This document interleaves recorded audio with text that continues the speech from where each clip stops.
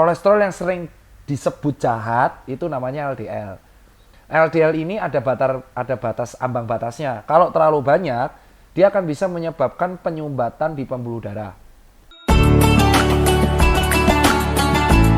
Yo bosku semua, kembali lagi dengan saya Dr. Tita alias Peng Peng Peng. Dan sekarang saya tadi habis lari-lari. Video ini di tag di hari Senin ya.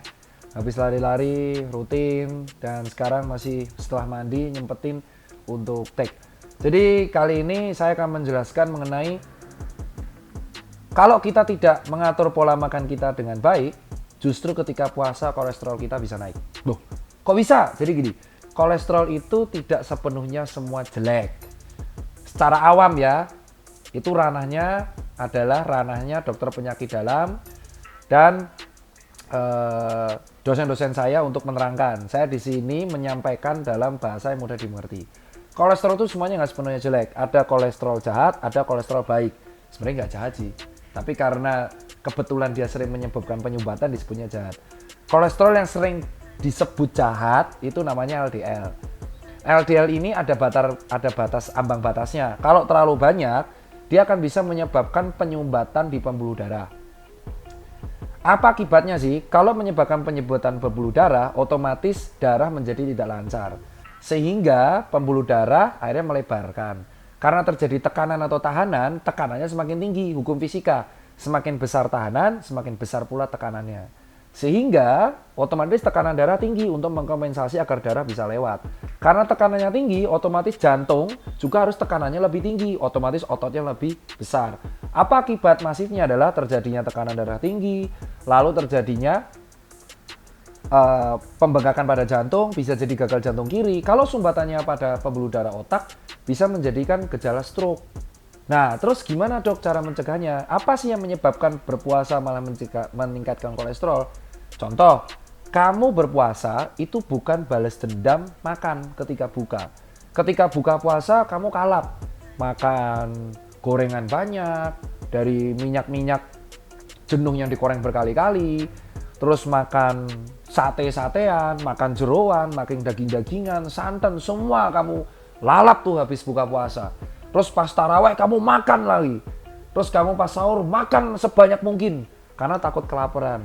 Apa yang terjadi? Tubuh kita itu ada batasnya. Kalau kamu terlalu banyak, otomatis ya lemak-lemak itu akan diolah dan membebani kerja hati dan empedu.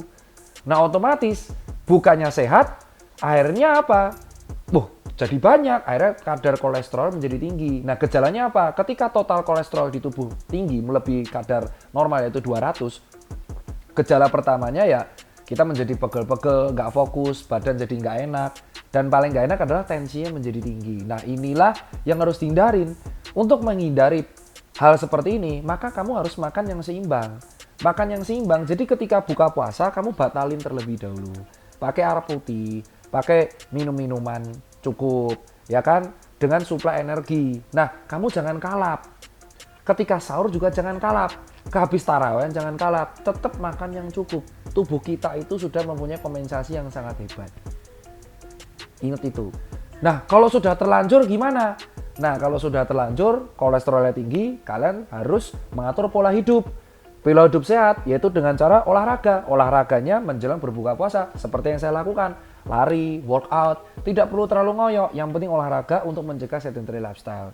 Habis itu selain mengatur pola makan, kalau kolesterolmu sudah tidak bisa turun, kamu bisa meminum obat-obatan untuk menurunkan kolesterol. Dan yang terakhir, kamu juga bisa meminum suplemen-suplemen yang membantu menurunkan kolesterol. Nah, salah satu suplemen yang membantu mengatur dan mencegah kenaiknya kolesterol dalam tubuh selain obat-obatan adalah suplemen atau minuman yang mengandung plant stanol ester. Nah, plant stanol ester ini bisa mengurangi penyerapan kolesterol di usus. Alhamdulillahirrahmanirrahim. Sudah waktunya berbuka puasa. Alhamdulillah. Bosku, kalau udah waktunya berbuka, jangan ditunda bekerja. Ini saat syuting. Nah, yaudah, buka. Ayo. Alhamdulillah.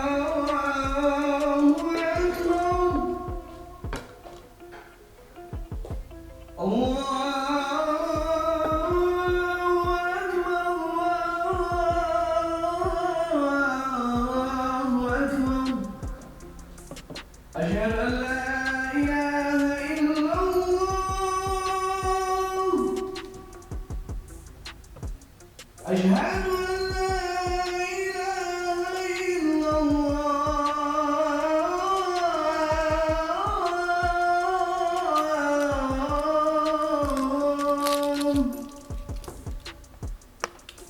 أن محمدا رسول الله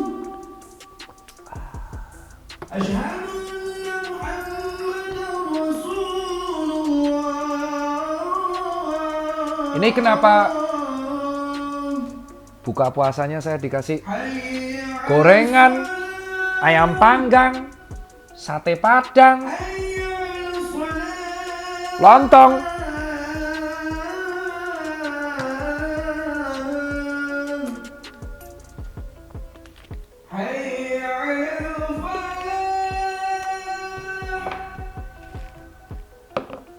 Ya karena adanya ini harus dimakan.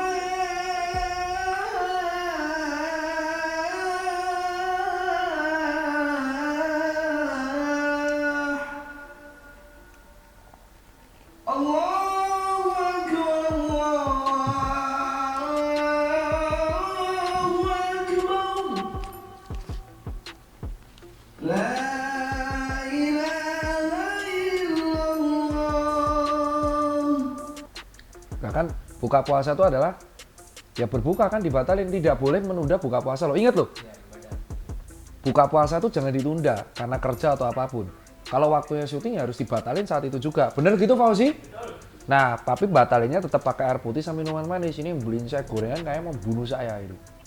Kamu yang hoax. Nah, nggak apa-apa lah. Anggap aja khilaf. Oh, kalian ayo makanlah, makan yuk, berbagi. Ayo, batalin yang muslim. Ayo. Udah minum kan? Yo, makan dulu. Tadi udah minum. Gue ngincer ini sih dari tadi. Yuk, ayo. Ini nih, enak kayaknya. Ayo. Lu ngapain ikut-ikut Jonathan? Nama lu Jonathan. Di sore lu minum.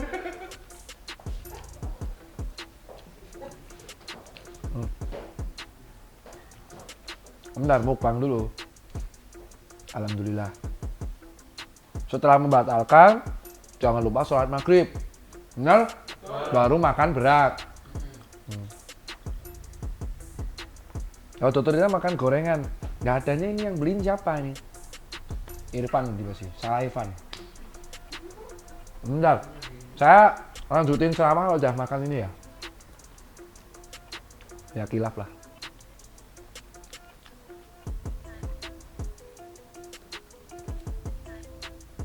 Nggak enak tanpa cabai rawit. Ngomong kilaf sekalian aja. Tuh namanya udah kilaf tuh. Nambah lagi ya. Kamu udah batalin duluan ya tadi ya?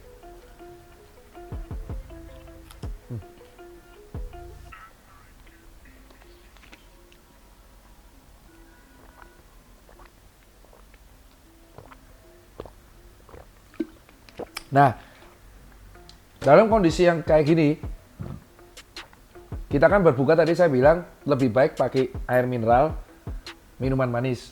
Tapi ternyata kita disuguhin gorengan sama daging ayam sate padang. Yang kita nggak bisa nolak, apapun yang ada harus dimakan. Kalau nggak bahaya buat perut. Nah, seperti kita tahu, gorengan ini, nih ya, gorengan ini menurut orang tuh simple. Kamu tahu nggak dari satu gorengan ini minyaknya digoreng berkali-kali. Minyak yang digunakan berkali-kali itu lemak jenuh dan akan berpotensi meningkatkan kadar LDL. Dan kalau diminum terus-terusan akan meningkatkan kadar total kolesterol yang ada di dalam tubuh. Nah kalau kita udah terlanjur makan, solusi untuk menurunkannya adalah pola hidup sehat. Yaitu dengan makan makanan tandingannya. Kayak makan makanan serat, makan makanan buah-buahan, dan olahraga. Paling nggak lari, workout di rumah, plank, pull up, push up. Dan ya jangan makan terus-terusan. Kamu stop makan jeroannya. Tapi kalau udah terlanjur, kilaf nih karena enak keterusan, ya kan? Yang kamu harus lakukan adalah kamu juga bisa menambahkan obat-obatan atau suplemen-suplemen yang mengandung plant stanol ester. Salah satu minuman yang mengandung plant stanol ester adalah Nutrif Benecol. Jadi setelah kita makan makanan yang mengandung lemak jenuh ini kayak gorengan lah, sate-satean lah, santan-santanan lah, nih panggang-panggangan lah.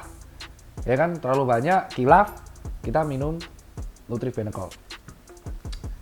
Nutribenecol ini mengandung plant stanol ester yang sudah terbukti secara jurnal untuk mengurangi penyerapan kolesterol yang ada di dalam usus. Jadi kalau statin, dia mengurangi sintesa di pemecahan kolesterol untuk penyerapan di hati atau empedu. Tapi kalau ini membantu, Nutribenecol membantu mengurangi penyerapan kolesterol di usus sehingga langsung terbuang gitu aja dan tidak menjadi perlemakan hati atau menimbulkan strobus-strobus yang berbahaya. Jadi enak, kayak habis makan gorengan, santai aja. Rasanya gimana? Coba kita rasakan.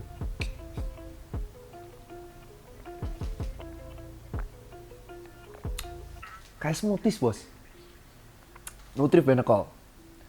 Ini Nutribenecol jujur orang akan nganggapnya rasanya kayak obat ya. Ini saya nyoba Nutribenecol yang varian blackcurrant. Konsumsi 2 botol setiap hari setelah makan. Ya makan enak kayak gini. Enak ya. Ini enak rasanya, sumpah, smoothies. Saya habisin dulu. Nutribenecol. Tebus kilap, habis makan enak. Lanjutin gorengannya? Ya jangan. Monggo yang mau dibagi-bagi. Nah, sekarang terus dokter, apakah cukup kita hanya makan Nutribenecol kolesterol hilang? Ya enggak. Ini membantu menurunkan penyerapannya di usus. Tapi untuk kombinasi yang paling pas itu ada 3. Pertama adalah gaya hidup yang benar. Jadi ketika kamu berpuasa, jangan kamu cuma mager. Mager doang, males-malesan. Dengan alasan, capek, apa. Loh gini bos, puasa itu hanya memending waktu makannya. Kamu tetap beraktivitas seperti biasa. Olahraga 1 jam sebelum berbuka puasa. Haus, lawan bos.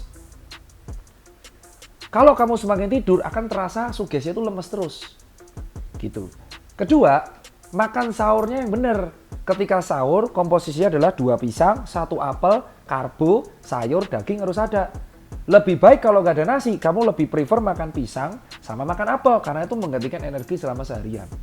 Ketika berbuka, jangan kamu langsung makan berat. Tetap makan makanan yang mengandung gula dulu. Kalau kamu diabetes, itu yang harus kamu konsul sama doktermu. Kalau kamu habis diabetes malah minum gula, meroket dari gulanya. Nah, kalau kamu keceplosan atau kelewatan kilaf kayak gini, solusinya Nutribenecol. Tebus kilaf habis makan enak. Nah, itu yang bisa saya store kalian. Setelah kita sudah store, ini saya mau nutup video ini. Penghabisannya jelas, Ajuramon. Ini kurang kolesterol apa lagi. Tapi kalau udah ada ini, tenang lah, Nutribenecol lah, ya kan? Ini beneran nggak gimmick loh, saya minum loh, Cuk.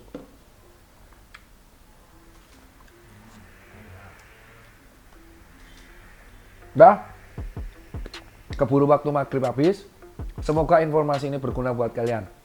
Jangan lupa, jaga gaya hidup sehat.